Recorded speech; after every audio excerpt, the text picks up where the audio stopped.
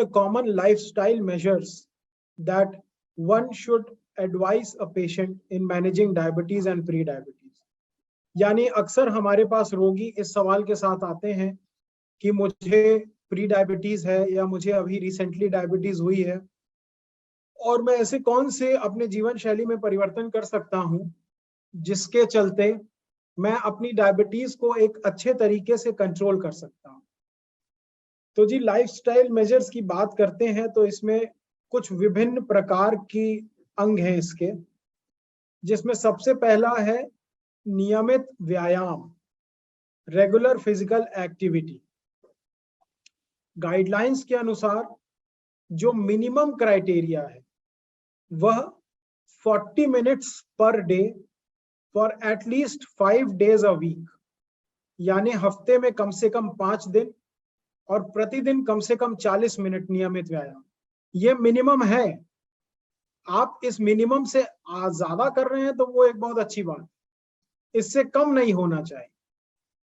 तो ये हो गई फिजिकल एक्टिविटी की बात। फिजिकल एक्टिविटी में सहयोग देने के लिए आजकल बहुत अच्छी अच्छी चीजें आ गई हैं, जैसे स्मार्ट वॉचेस आ गए हैं, स्मार्टफोन्स आ गए हैं जो आपकी एक्टिविटी को ट्रैक करते हैं, रेगुलर फॉर्म में आपके हार्ट रेट और आपकी कैलोरी कंजम्पशन, इन सारी चीजों को दर्शाते हैं। तो अगर आप जरा भी प्रोएक्टिव हैं तो टेक्नोलॉजी की सहायता से आप फिजिकल एक्टिविटी के इस गोल को बड़ी आसानी से पूरा कर सकते हैं। दूसरी चीज है भोजन। अब भोजन में ये बहुत ज्यादा लोगों को कंफ्यूजन है कि क्या खाएं क्या ना खाएं, क्या करें। एक बहुत बेसिक सी बात बता दें, अगर आप हद से अधिक मात्रा में कुछ भी खाएंगे तो वो नुकसान करेगा, और अगर आप लिमिटेड क्वांटिटी में कुछ लेंगे तो वो आपको कभी उतना नुकसान नहीं करेगा। मैं अपने शुगर के रोगियों से ये बोलता हूं कि आप सब कुछ खा सकते हो, बशर्ते कि आप उसको एक लिमिटेड अमाउंट में यूज करेंगे। तो बेसिक नियम यह है कि कार्बोहाइड्रेट की मात्रा को कम रखें। कार्बोहाइड्रेट में हर प्रकार का अनाज, रोटी, गेहूं, चावल, ज्वार, बाजरा, मक्का, सारे अनाज आ जाते हैं। कई लोगों को यह भी कंफ्यूजन रहता है कि जी हम 5 अनाज की रोटी खाते हैं या हम 7 अनाज की रोटी खाते हैं तो हम बड़ा हेल्दी खाते हैं। ऐसा हेल्दी हो सकता है वो, लेकिन अगर कैलोरी के मामले में और कार्बोहाइड्रेट कंटेंट के मामले में बात करें तो उसमें कोई खास फर्क नहीं होता। वो आपको उतना ही कार्बोहाइड्रेट लोड दे रहा है जितना कि आपको नॉर्मल रोटी दे रहा है। ब्रेड भी आपको इक्वल अमाउंट ऑफ कार्बोहाइड्रेट और कैलोरीज दे रहा है। चावल, तो इन सारी कार्बोहाइड्रेट वाली चीजों को अपने डाइट में कट डाउन करें। ऑयल का कंजम्पशन बहुत लिमिटेड होना चाहिए। जो गाइडलाइंस के हिसाब से ऑयल का कंजम्पशन है दैट इज 20 ml पर पर्सन पर डे, यानी 20 ml प्रति व्यक्ति प्रतिदिन। तो महीने का कितना हो गया, 20 गुणे 30 कर दीजिए, 3 दूनी 6, 600 ml प्रति व्यक्ति। तो एक व्यक्ति को अपने खाना बनाने से लेकर, पूरी छानने से लेकर सब्जी छौंकने तक हर काम को अगर मिला लें तो 600 ml से ज्यादा तेल का प्रयोग नहीं होना चाहिए। और आपके घर में कितने लोग हैं उसके हिसाब से आप जोड़ लीजिए कि महीने में आपके घर में कितना तेल आता है, कितना घी आता है, कितना बटर आता है। ये 600 ml में सब कुछ है, ऑयल, घी, बटर, एवरीथिंग। तो फैट कंजम्पशन को लिमिट करना है, बिल्कुल बंद नहीं करना, because fat is also very important. हमारे बहुत सारे एसेंशियल ऐसे फैटी एसिड्स हैं और न्यूट्रिएंट्स हैं जिसको बनाने के लिए फैट का भी बहुत बड़ा योगदान है। इंपॉर्टेंट चीज है कि क्या ले, जब भी ले तो एक पूरा फल ले, फ्रूट जूस कभी ना ले, क्योंकि आप अगर पूरा फल ले रहे हैं तो आप फल के साथ साथ उसका फाइबर भी ले रहे हैं।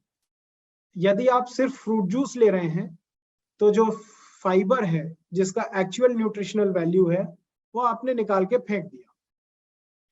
अपने भोजन में सलाद जरूर लें, हरी पत्तेदार सब्जियां। हिंदुस्तान में हम लोग बहुत लकी हैं कि हमारे पास बहुत तरह की सब्जियां होती हैं। तो आप अपने डाइट के मेजर पोर्शन को वेजिटेबल्स, ग्रीन वेजिटेबल्स के द्वारा उसको पूरा करिए। 1/4 आप इसमें प्रोटीन भी जोड़ सकते हैं, जो कि आप दाल के रूप में कर सकते हैं, सोयाबीन के रूप में कर सकते हैं, पनीर, अंडा या फिर नॉन वेज।